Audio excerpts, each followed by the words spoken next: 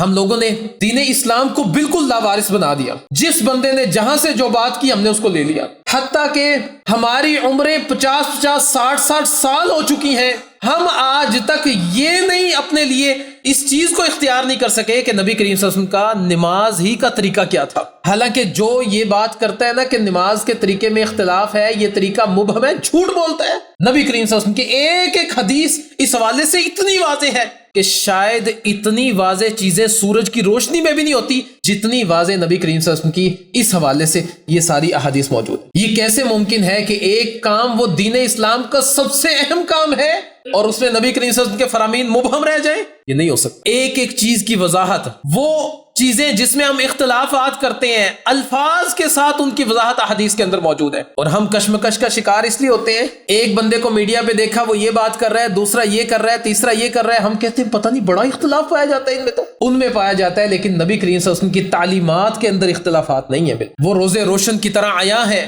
کسی بھی طرح کا مسئلہ آپ اٹھا کر دیکھ لیں, اس کی احادیث واضح ہیں. ان احادیث کو محدثین نے مزید وضاحت کے ساتھ ہمارے لیے خوب واضح کر دیا. ہم نہیں سمجھتے, ہم نہیں دیکھتے, تو یہ ایک الگ بات ہے. دین اسلام کو اہمیت دیں اپنی زندگیوں میں, کم از کم اتنی اہمیت دیں کہ علم حاصل کرنے کے ذرائع جو ہیں